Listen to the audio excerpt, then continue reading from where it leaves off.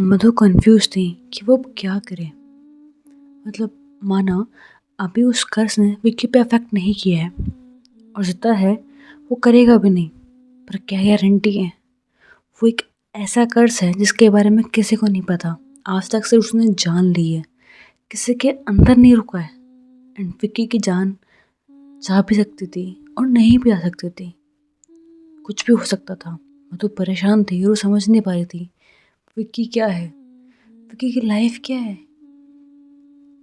वो दूसरे वर्ल्ड से आई है, लेकिन उसकी मैजिकल पावर बिल्कुल स्ट्रांग नहीं है, लेकिन वो कर झेल पा रही इतना हैवी कैसे। विक्की इतनी यूनिक है, उसकी स्टोरी इतनी अजीब है। मतलब विक्की ने जो मुझे अब तक अपने वर्ल्ड के बारे में बताया है, जो दिखाया, बट विक्की जब वहाँ पे भी थी तभी विक्की अलग थी।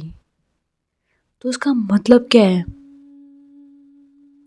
ये मधु सब कुछ सोच रही थी। विक्की क्या है, विक्की के बारे में हर एक चीज़ सोच रही थी, पर मधु के पास कोई जवाब ही नहीं था। वो क्या जवाब दे, खुद से क्या बोले, उसे खुद भी नहीं समझ में आ रहा था। खैर थोड़े वक्त बाद मधु महल तक पहुंच जाती है। वो सब कुछ चलते चलते सोच रही थी। वो अपने घर में अपने रूम में बैठी होती है और इन सब के बारे में सोच रही होती है।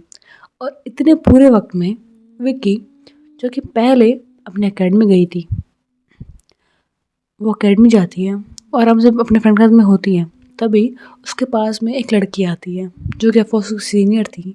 वो आती है और you know Nova and Vicky वहीं खड़े होते हैं। एलेक्स वहाँ पे नहीं था उस वक्त। ये विक्की को बोलता है, मतलब ऐसे बोलता है कि तुम दोनों से विक्की कौन है। तो विक्की बोलती मैं हूँ।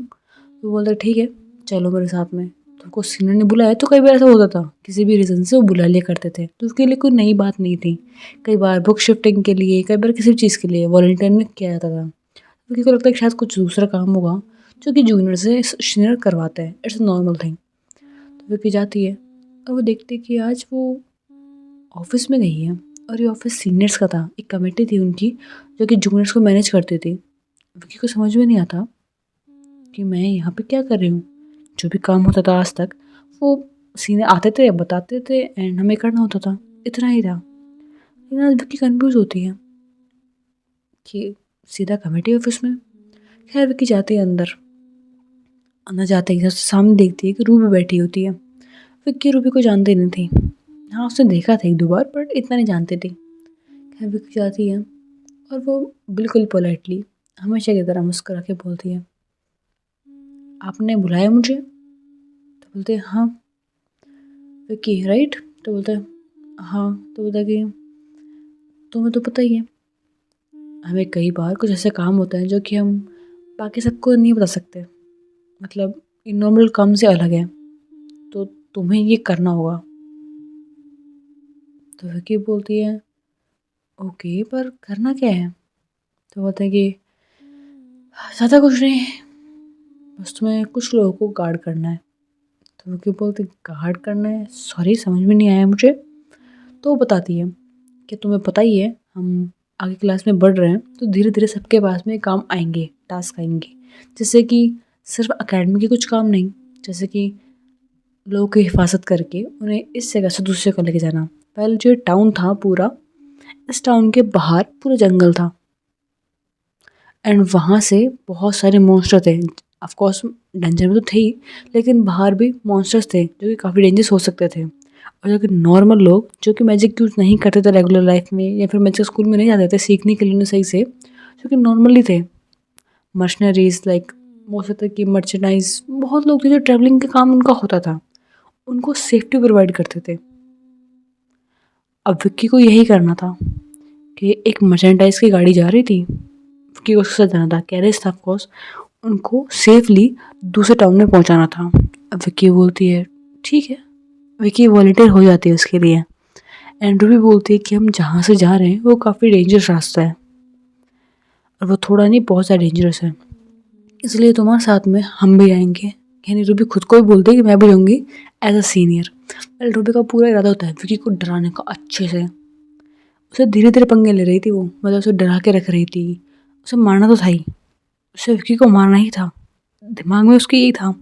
लेकिन वो ऐसा नहीं था कि आए मार दे, उनकी आदत थी अपने दुश्मन को तड़पा तड़पा के मारना, और ये जानना कि विक्की के पास ऐसा क्या है जो कि मधु विक्की की सच्चाई बता नहीं रही है। ऑफकोर्स रूबी को तो पता नहीं था रीज़न क्या है, इसलिए वो विक्की से सच बुलवाना चाह रही थी कि विक्की छुपा के आ रही है। आखिर में हमारी राजकुमारी को दिक्कत क्या है, बस इतना ही वो जानना चाह रही थी। खैर उसको नहीं पता है क्या होने वाला है, उससे खुद ही कितनी बुरी बैंड बजने वाली है उसे भी नहीं पता था। खैर अभी तो अपने इतना विक्की ऐसा बोल के चली जाती कि ठीक है, लेकिन फिर वो भी बोलते कि थोड़ी देर में जाएंगे। विक्की बोल थोड़ी देर में ही, तो बोलता हाँ जाओ बैग पैक कर लो। विक्की बोलते ठीक है। विक्की जाती है अपने रूम में, अपने कुछ कपड़े डालती है, बैग उठाती है और मधु के पास जाती है, बट वहाँ मधु नहीं थी। जब विक्की जाती तब मधु वहाँ नहीं थी, क्योंकि मधु तो गई हुई थी उसके पास में जहाँ वो प्रीस्ट था, जिसके पास में ऑफकोर्स कर्स मैजिक का देखना था उसे, वहाँ गई थी। लेकिन वहाँ तो अभी मधु इसलिए थी नहीं, इसलिए विक्की थोड़ी देर वेट करती है, लेकिन जाने का टाइम हो जा रहा था और मधु नहीं थी। तो विक्की एक छोटा सा नोट लिखती है। उसे याद होता है कि शायद मधु ने देखा होगा मूवीज़ के अंदर, विक्की ने दिखाई थी ऑफकोर्स, तो मूवीज़ के अंदर देखा होगा मधु ने कि ऐसा नोट छोड़ता है, शायद वो समझ जाएगी। तो विक्की लिख देती है उसके अंदर कि मैं वॉलंटियर हूँ, सब कुछ लिख देती है, सबको बता देगी मैं जा रही हूँ, तो हो सकता है मैं कुछ दिनों के लिए ना मिलूँ। पूरा लिख के वहीं छोड़ देती है एंड विक्की वहाँ से फिर निकल जाती है। विक्की जाती है, वहाँ कैरेज रेडी होता है, विक्की भी अंदर कैरेज में जाके बैठ जाती है। मतलब ऐसा होता है बीच में एक कैरेज होता है जिसको सेफ रखना होता है, आगे एक कैरेज होता है एंड पीछे एक कैरेज होता है, बीच में वो कैरेज होता है। तो विक्की आगे वाले कैरेज में थी, उसके साथ में रूबी थी।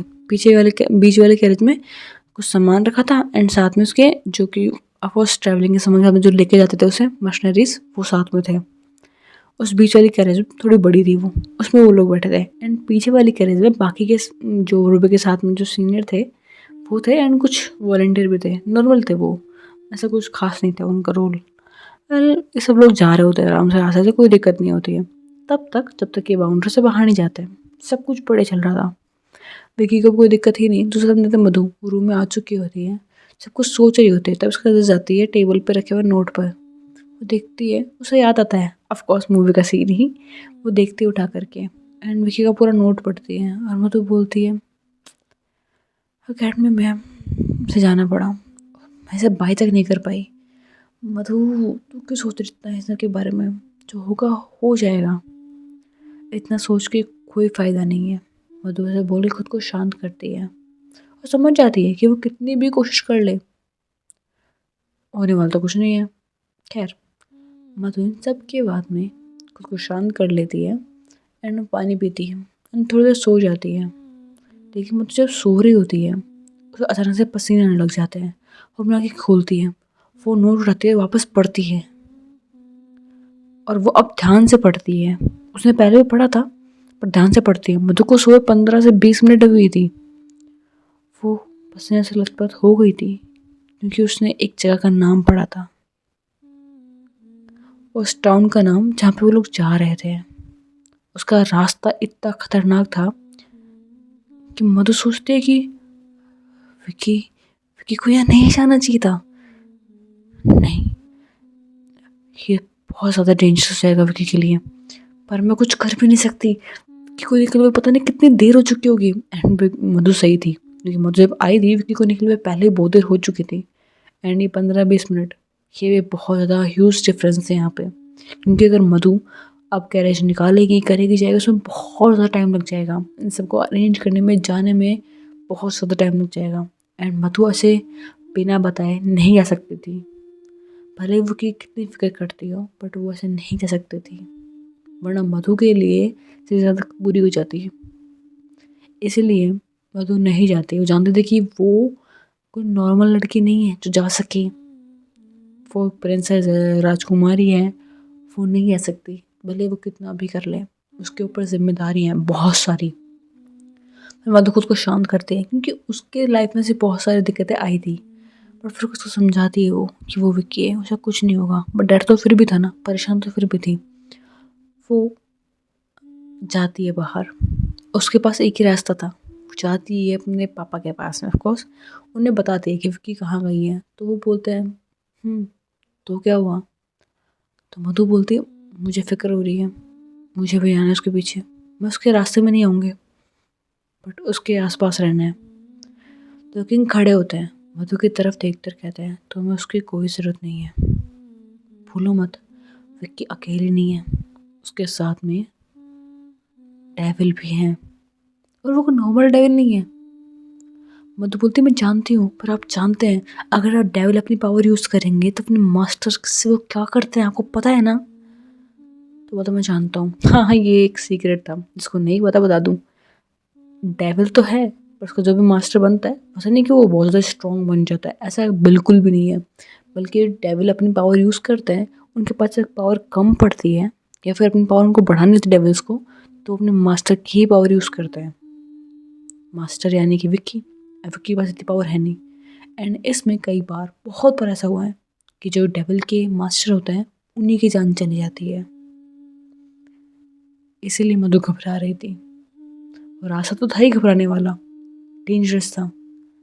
लेकिन अगर उन डेविल्स ने विक्की की पावर यूज़ करी, विक्की के पास पहले मैजिक पावर बहुत कम थी और करी, तो विक्की के ऊपर जान का खतरा हो सकता है। मधु इस बात से घबरा रही थी। लेकिन किंग मुस्कुराते हैं और कहते हैं तुम्हारा घबराना सही है लेकिन तुम जानती हो वो तो डेविल कैसे डेविल है, वो कोई नॉर्मल डेविल नहीं है। तुम जानती हो उन्हें आज तक कोई काबू नहीं कर पाया है, कोई भी नहीं सिवाय एक इंसान के, जानती हो तुम। और वो बहुत साल पहले की बातें हैं। वो कौन इंसान था मैं नहीं पता पर कोई तो था एक अनजान इंसान जो कहाँ से आया था क्यों था मैं नहीं पता, उसके बारे में सिर्फ हमारी कहानियों में है, जिसने उस डेविल को पकड़ा था। तुम्हें पता है ना मार्गरेटा, वो नॉर्मल डेविल नहीं है। और मुझे लगता है कि अगर विक्की उसकी मास्टर बन पाई है मतलब उसमें कोई तो स्ट्रॉन्ग बात होगी ना। खैर तुम्हें फिक्र करने की ज़रूरत नहीं है, विक्की संभाल लेगी। वो मना कर देता डायरेक्टली, इसका मतलब मधु नहीं जा सकती वहाँ पे। मधु चली जाती फिर वहाँ से अपने कमरे में। दूसरी तरफ हम देखते हैं कि रूबी वो विक्की की तरफ घूर जा रही थी। विक्की बोलती है मेरे चेहरे पे कुछ लगा हुआ है क्या, मुझे घूर क्यों रही है? ओह नो, कहीं से मुझसे प्यार तो नहीं हो गया? बट नहीं मैं तो कमिटेड हूँ, मुझे नहीं देखना इसकी तरफ। पर मुझे घूर ही यार, घूरना बंद करते यार। विक्की अनकम्फर्टेबल हो थोड़ी सी, तो मस्ती के मूड में भी थी। बस कर यार, कितना घूरेगी, नजर लग जाएगी मुझे। विक्की काला टीका लगाना चाहता था तुझे, तुझे नजर लग जाएगी। विक्की ऐसे ही अपने मन में अपनी मस्ती कर रही थी। खैर हम देखते हैं थोड़ी देर बाद अचानक से गैरेज रुकता है, घोड़े की हिरनाने की आवाज़ आती है। जैसे अचानक से रुकता है तो आवाज़ आती है ना, तो ये लोग बाहर उतरते हैं। विक्की भी उतरती है एंड वो देखते हैं कि आसपास पूरी तरीके से धुंध छाई हुई है। एक अजीब सा ऑरा है और ये किसी वैली में है, ये किसी वैली के अंदर है। इनके थोड़ी दूर पे दोनों साइड में पहाड़ है एंड एक रास्ता सामने जा रहा है, एक रास्ता पीछे की तरफ जहाँ से आ रहे हैं। बस यही रास्ता है यहाँ से जाने का और कोई रास्ता नहीं है। एंड थोड़ी देर में उनको एहसास होता है कि शायद गॉब्लिन्स का अटैक है। विक्की पहली बार गॉब्लिन्स को मतलब दूसरी बार देख रही थी, पर नज़र में देखा होता है गॉब्लिन्स हैं। खैर विक्की आसपास देखती है लेकिन जितने में वो आसपास देखती एंड देखती कितने के हैं, इतने में सीनियर्स से साथ में और वॉलंटियर भी थे, उन लोगों ने मिलकर इनको मारना शुरू कर दिया था। वो लोग मार रहे थे। विक्की बोलते मैं भी मारूँ क्या, मेरे पास कोई आ ही नहीं पा रहा, कोई आए तब तो मारूँ। फिर कन्फ्यूज़ खड़ी थी कि करे क्या। अब उसने कभी इस पैनिक मोड में या फिर ऐसे कभी क्या रेसोल की गई नहीं थी क्योंकि वो जान सके। और वैसे भी जब भी ऐसा कुछ होता है तो पहले स्टूडेंट को ट्रेन किया जाता है एंड विक्की को कभी ट्रेन किया नहीं गया था इस बारे में, तो इसलिए भी कंफ्यूज थी कि करना क्या है, मुझे किसको मारना है। कहीं ऐसा ना हो मैं मारने जाऊँ गोब्लिन्स को और मैं मार दूँ अपने साथी को। इसलिए विक्की थोड़ा घबरा रही थी कहीं वो साथ वालों को ना मार दे, इसलिए विक्की नहीं मार रही थी, बस वहीं खड़ी थी। एंड ये चीज़ रूबी देख लेती है। विक्की थोड़ा हाथ काँप रहे थे उसके कि कहीं दूसरे को न पड़ जाए, उसके काँप मतलब डर के मारे नहीं काँप रहे थे, पर रूबी को लगता है कि शायद ये गोब्लिन से भी डर रही है। खुद को पावरफुल समझ रही है और हमारी राजकुमारी डरा रही है उस वॉरियर को जिसने ऐसे गॉब्लिन्स को तो बचपन में हरा दिया था। अच्छा वो सिर्फ 12 साल की थी और उसे लग रहा है कि ये उस इंसान को काबू कर पाएगी। मुझे नहीं पता राजकुमारी की मजबूरी क्या है, पर मैं इस इंसान को नहीं छोड़ने वाली। ऐसा बोल के थोड़ा मुस्कुराती एंड जानबूझ के एक गोबलिन को विक्की की ओर फेंक देती है। विक्की अचानक से आता है तो विक्की समझ नहीं पाती कि क्या करे। वो साइड हट जाती है एंड वो गोबलिन नीचे करता है विक्की के सामने। विक्की देखती है कि गॉड बच गई, बट वो सामने ही पड़ा था, विक्की के सामने ही खड़ा था। तो अब विक्की उस पर टाइम कुछ नहीं कर पाती है। ऑफकोर्स उसने ऐसा मॉन्स्टर्स पहली बार देखे थे, थोड़ा घबरा भी रही थी और समझ में नहीं आता कि ऐसे हालतों में क्या करूँ। पूरी कंफ्यूज थी, समझ में आता कि मारूँ नहीं मारूँ, मारूँ नहीं मारूँ, करूँ क्या, खड़ी रहूँ नहीं करूँ, कुछ समझ में नहीं आता विक्की के। विक्की के लिए उसका दिमाग बिल्कुल ब्लैंक हो गया था।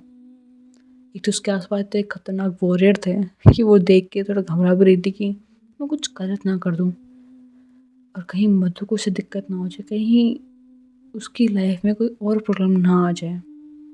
इसीलिए विक्की थोड़ा घबरा के वहाँ बस खड़ी हुई थी। धीरे से सब कुछ थोड़ी देर में शांत हो जाता है। विक्की और सब लोग गैरेज में बैठ जाते हैं। रूबी वह विक्की की तरफ देख रही थी। विक्की बिल्कुल शांत थी, वो कुछ नहीं बोल रही थी, वो बस चुपचाप वहाँ बैठी थी। थोड़ी देर में फिर से कैरेज रुकते हैं। विक्की देखती है कि अब क्या आ गया, पर उनको फाइट करने में पीछे बहुत टाइम लग गया था।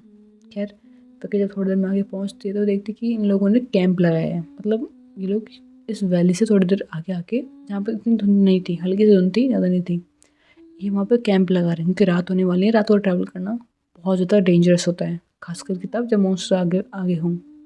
पहले वहाँ जाते हैं और कैंप लगाने से पहले पूरे एक सर्कल में एक लाइन ड्रॉ कर देते हैं एंड कुछ लैंप्स लगा देते हैं।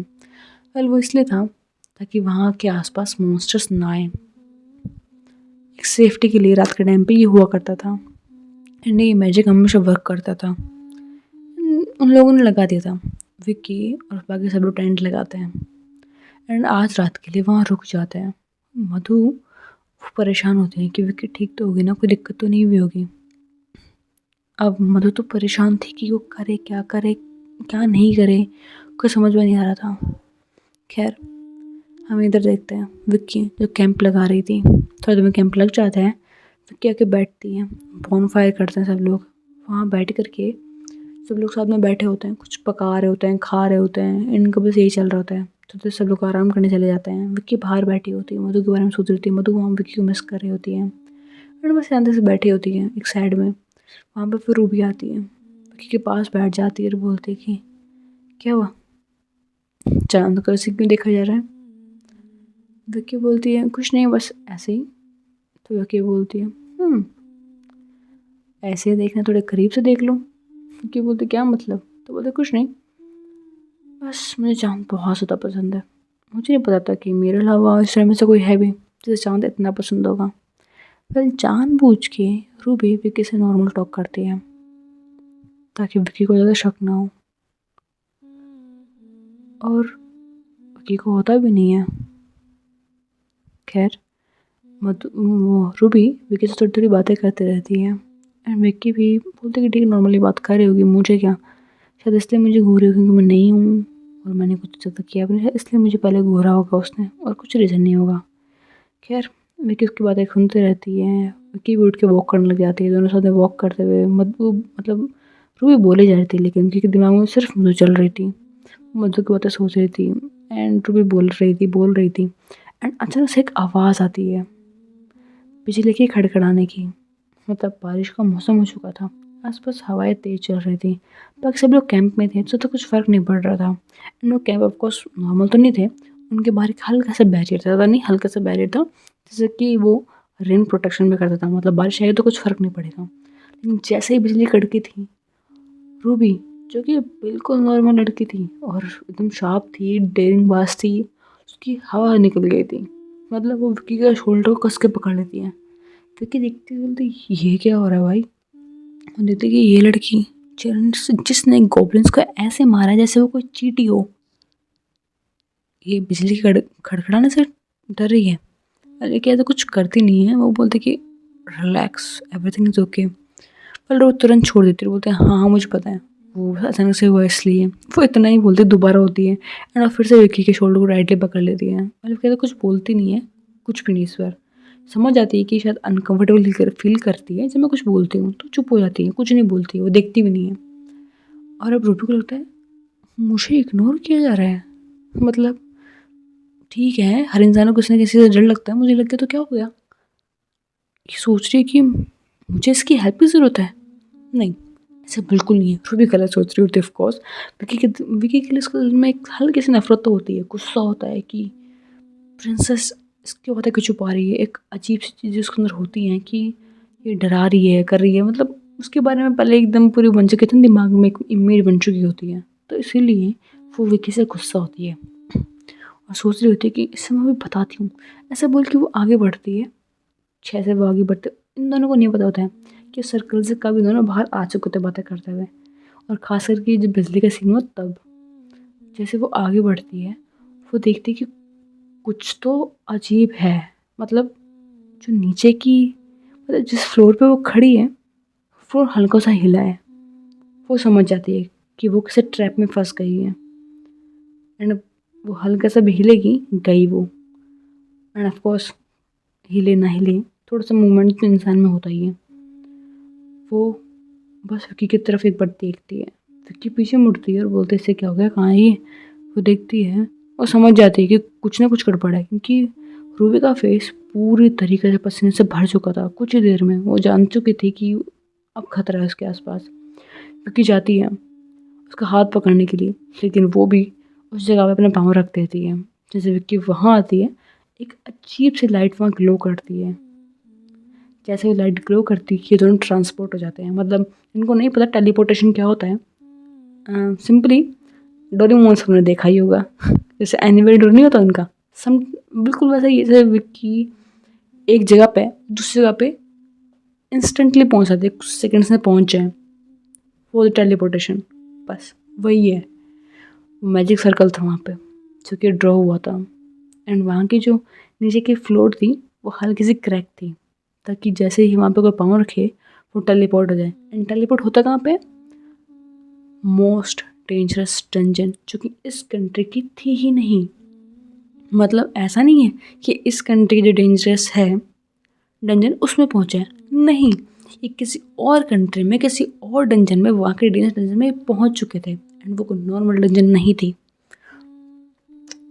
वो इस जो नया दूसरा वर्ल्ड है वहाँ की सबसे ज़्यादा डेंजरस जगह थी। As a human, as a beginner, अगर तुम मैजिक अकेडमी में, तो यहाँ तो तुम पाँव रख ही नहीं सकते, ये ऐसी जगह थी। एंड विक्की और रूबी यहाँ फंस चुके थे। अब इन दोनों को पता भी नहीं था, अभी पहुँचेंगे तब पता लगेगा इनको कि वहाँ जाते हैं। विक्की और मथु सॉरी रूबी दोनों खांस रहे होता है, क्योंकि वहाँ पे एक अजीब सी स्मेल से आ रही थी। जब अचानक टेलीपोर्ट होता है तो कुछ टाइम के लिए अरोमा वहाँ का रहता है। ऐसे जैसे कोई हम काम नहीं करते, जैसे घर बनाते हैं, तब उस टाइम पे कहीं मिट्टी नहीं उड़ती है, बिल्कुल वैसे सी हो गई थी। इससे कारण दोनों को खांसी आ रही थी, बट थोड़ी देर में सब कुछ शांत हो जाता है। एंड विक्की और रूबी दोनों शांत हो जाते हैं। एंड दोनों समझ जाते हैं कि हम कहीं और हैं, बट विक्की को समझ में आता है कि हम यहाँ पे क्यों हैं, कैसे हैं। जितना मुझे लगता है कि अगर ट्रैप होता तो हम लोग नीचे गिरते हैं, कि हम तो कहीं नीचे लग नहीं दिए, हम तो कहीं और ही पहुँच गए, ये तो कोई गुफा सी है, पता नहीं क्या है ये। वेल ये बातें सुन के रूबी विकी की तरफ देखती है और बोलती है डंजन है ये। विकी बोलती है हाँ, इतना तो मैंने फिगर आउट कर लिया, लेकिन मैं पहुँचे कैसे मुझे समझ में नहीं आ रहा। वो फिर से विकी की तरफ देखती है और ऐसे एटीट्यूड से, इतना भी नहीं पता। वो बोलती है टेलीपोर्टेशन मैजिक यूज़ हुआ है। विकी बोलती है अब ये क्या भला है? तो वो बताती है और बोलती है तुम्हें इतना भी नहीं पता, बेसिक नहीं पता। विकी बोलती है मेरे यहाँ पे नहीं होता था। बोलती मेरे यहाँ पे से क्या मतलब है? बोलते कि मैं इस कंट्री से नहीं हूँ ना। तो बोलते तुम किसी भी कंट्री से हो, टेलीपोर्टेशन मैजिक नॉर्मल है। विकी बोलते अच्छा अच्छा ठीक है जो भी है, छोड़ो ना, अब करना क्या है ये बताओ। रवि विकी की तरफ देखते हुए बोलते सबसे पहले मुझे तुम्हें जान से मारना है और फिर यहाँ से निकल के चले जाना है। विकी बोलते अच्छा मुझे जान से मारना है, क्यों, किस खुशी में? मैंने क्या किया? तो तुमने क्या किया? तुमने अपनी आइडेंटिटी छुपाई है। विक्की बोलते हैं अपनी आइडेंटिटी मैंने क्या छुपा दी? विक्की को लगता है कि मेरे बारे में किसी को पता होगा, तो यही that you are not a boy, you are a girl. तुम्हें लगता है तुम्हें को पहचान नहीं पाएगा। विक्की उस लड़की की तरफ देखती है और कहती है तो तुम्हें पता है? तो होता है हाँ मुझे ये भी पता है ऐसा बोल के चुप हो जाती है वो, कि बोल नहीं पाती है आगे। तो बोलते हो क्या पता है? विक्की पूछती है क्या पता है तुम्हें? तो बोलते कुछ नहीं, छोड़ो। तो बोलते ओके, मुझे लगा ये मुझे सच में मारने वाली है। तो बोलते एक मिनट, क्या मैजिक स्कूल में अगर अपना जेंडर राइट ना बताएं तो क्या हमें मारे जाता है? तो बोलते नहीं ऐसा नहीं होता। तो बोलते फिर? तो बोलते बस उसे पनिशमेंट मिलती रुक जाता, कुछ नहीं। तो बोलते तो फिर मुझे मारा क्यों जा रहा है? तो बोलते क्योंकि मुझे तुमसे पर्सनल दुश्मनी है। फिर क्या बोलते क्यों, मैंने तुम्हारे पैसे चुराए हैं? तो बोलते क्या क्या वर्ड यूज़ करी हुई है? मैं क्यों बोलते हैं ये लो नई इंसान। तो बोलते क्या मैंने आपकी स्वर्ण मुद्राएं चुराई हैं? तो बोलते मुझे पहले बहुत समझ में आ गया था, ऐसे बोलने की ज़रूरत नहीं है। विक्की बोलती है ओ आ गया था, तो फिर मुझे दोबारा क्यों बुलवाया? फिर विक्की अपने फ़नी मोड में फिर आ जाती है, क्योंकि विक्की जान चुकी थी इसको मेरे जेंडर के बारे में पता है। अब तक कुछ किया नहीं, मतलब पहले से जानती थी यहाँ बुलाया है, मतलब कोई ना कोई मकसद होगा। विक्की का दिमाग शार्प भी था, लेकिन वो डम बनने की एकदम परफेक्ट एक्टिंग करती थी जब भी ज़रूरत पड़ती थी। खैर विक्की आराम से बोलती कि एक बात बताइए रूबी जी। तो बोलते हैं हाँ बोलो। तो बोलते कि अब हम इस डंजन में आ गए हैं तो आप जान से बाद में मार लीजिएगा, पहले हम यहाँ से बाहर निकल जाए। तो बोलते बाहर निकलने के बाद तुम्हें करना क्या है? मरना तो तुम्हें वैसे भी है, तो पहले मर जाओ, मुझ पर बोझ कम आएगा। तो बोलते देखिए मैंने डंजन कभी इतनी बड़े एक्सप्लोर नहीं किए, तो आपके सहारे हम थोड़ी बहुत डंजन एक्सप्लोर कर लेंगे, ये मेरी आखिरी इच्छा समझ लीजिए। तो बोलते कि ठीक है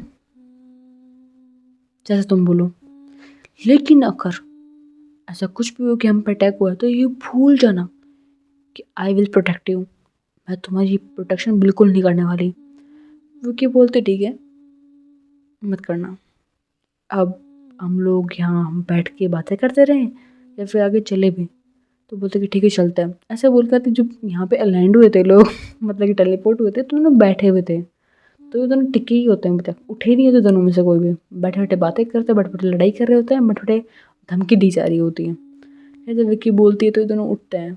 जब विक्की तो उठ जाती है, और जब रूबी उठने लगती है तो देखती है उसके पाँव में चोट आई है, इसके कारण वो चल नहीं पा रही ठीक से। वो थोड़ा सा चलती तो है लेकिन आगे उस चलने में दिक्कत हो रही होती है। तो विक्की बोलती है तो रूबी बोलती हो क्या? तो बोलते कि चाहे तो हम आपकी हेल्प कर सकते हैं, आप मत कीजिएगा बट हम तो कर सकते हैं ना।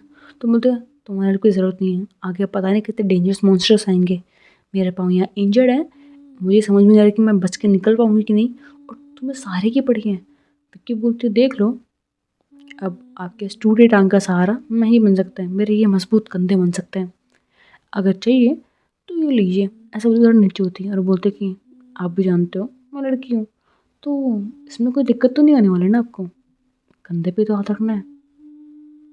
तो बोलते हाँ मैं तो भूल गई थी। ऐसे बोल के वो विक्की के शोल्डर पर ना एक हाथ रखती है, अच्छे से ऐसा नहीं करती कि पूरी गर्दन पे हाथ लपेट ले, ऐसा नहीं करती, पर शोल्डर पे हाथ रखती है। उसके सारे चल रहे होते हैं। विक्की बोलती है लंगड़ी माता ऐसा कैसे चलेगी, इसको चलना नहीं आता क्या, समझ में तो कैसे चलते हैं, अनकम्फर्टेबल फील कर रही है।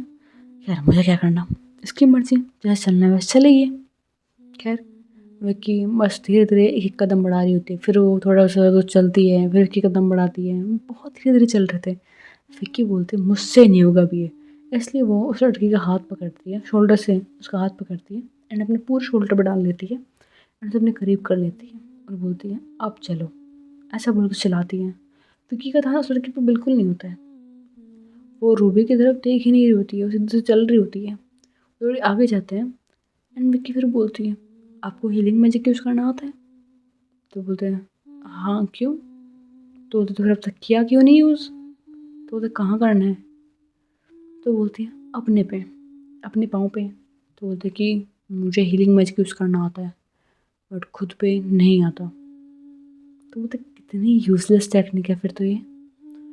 तो विकी की तरफ वो घूर के देखते हैं। विकी बोलते ओके ओके शांत, कैसे यूज़ करते हैं मुझे बताओगे, हीलिंग मैजिक यूज़ कैसे करते हैं? तो बोलते अच्छा तुम्हें लगता है कि तुम हीलिंग मैजिक सीखोगे, सीख जाओगी, पता भी कितना टाइम लगता है हीलिंग मैजिक यूज़ करने में? तो बोलते हैं पता है बहुत टाइम लगता है, बहुत साल लगते होंगे, 2 या 3। तो बोलते हाँ तो 2 या 3 तो लगते ही हैं एग्जैक्टली। तो अगर आप मुझे थोड़ा बहुत बता देंगी तो शायद कुछ हेल्प हो जाए, थोड़ी बहुत ही हो जाए पर हो जाए। तो वो बताती है कैसे हीलिंग मैजिक यूज़ करते हैं, क्या क्या करना होता है। वेल मैजिक में वही होता है, जो पाँव में दिक्कत होती है उसकी रिपेयरमेंट होती है, सेल टिश्यूज़ को रिकवर किया जाता है, वही मैजिक यूज़ करने से होता है। वो बता रही होती हैं। विक्की को ये टर्म समझ में आती है क्योंकि ऑफकोर्स वो यहाँ से पढ़ी है। सेल्स टिश्यूज़ इस संबंध उसके लिए बहुत ईजी था। तो विक्की बोलती है ठीक है, आई विल ट्राई। वेल, हम नहीं बोलेंगे कि 100% चीज़ें होती हैं। विक्की खुद ही मैजिक यूज़ नहीं करती है, बेसिकली वो पूछ तो लेती है, विक्की को पता था कि उससे तो नहीं होने वाला। वो थोड़ा सा बोलती है मार्गरेटा बोलती है जी मास्टर, हीलिंग मैजिक आता है? तो बोलती है से यूज़ करना, बट दिखाना से मैं यूज़ कर रही हूँ। तो बोलते हो ओके मास्टर। तो ऑफकोर्स मार्गरेटा यूज़ करती है, विक्की नहीं करती है। ये मार्गरेटा का काम होता है। मार्गरेटा हीलिंग मैजिक यूज़ कर देती है एंड ऐसे ही जो रूबी थी अब उसका पाँव ठीक हो चुका था। मतलब दर्द तो एकदम हल्का हल्का था, ज़्यादा दर्द नहीं था और चल भी पा रही थी वो। क्यों बोलते चलो मेरे कंधे बच गए, वरना ये तो बड़ी भारी है। और ये चीज़ रूबी सुन लेती है। रूबी बोलती है मैं भारी हूँ।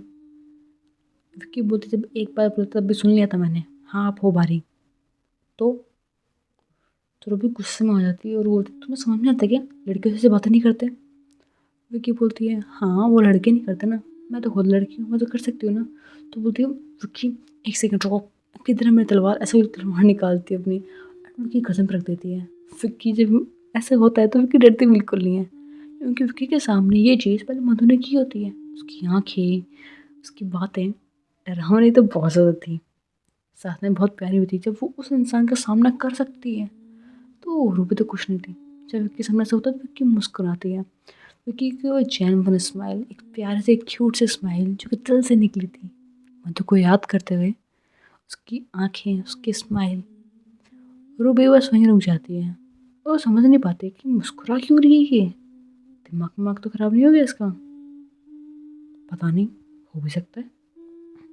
वेल विक्की बहुत ज़्यादा प्यारी लग रही थी एंड मधु को रूबी को लग रहा था कि क्या इसने कैंप में कुछ गलत पी लिया था क्या, क्योंकि मैं इसको मरने की धमकी दे रही हूँ। उसकी गर्दन पर तलवार रखी है, हल्का सा कट लग भी चुका है, इसे डर नहीं लग रहा क्या मरने से। खैर अब तलवार हटा देती है, साइड में रख देती है, देखते हुए कि अब भी हंसी जा रही है। मुझे लगता है कि पक्का इसके दिमाग में कोई दिक्कत है, ऐसा बोल के साइड में बैठ जाती है कि इसका हंसना हो जाए, फिर देखते हैं।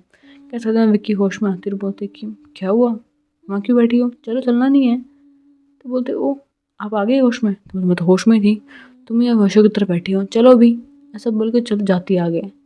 मधु बोलती है रूबी बोलती है मैं भी होशों की तरफ बैठी थी, ये खुद बैठी थी, अभी पता नहीं हम लोग कहाँ आगे क्या क्या डेंजर्स आएगा। ये लड़की आगे जाई जा रही है, पागल, इसका दिमाग खराब है, आता भी से कुछ लड़ पाएगी उनसे, पागल है यार ये। वेल ऐसे बोलते हुए रूबी भागती है एंड ऑफ कोर्स डर लग रहा था कहीं ये मर वर ना जाए, अभी खुद मारने वाली थी बट अब लगा था कि मर वर ना जाए, इसके पीछे भागती है। सो ही बड़ी होप्स हो कि आपको आज की कहानी पसंद आई, अगर आई है तो वीडियो को लाइक, चैनल सब्सक्राइब जरूर कर देना। Thanks for watching, bye buddies.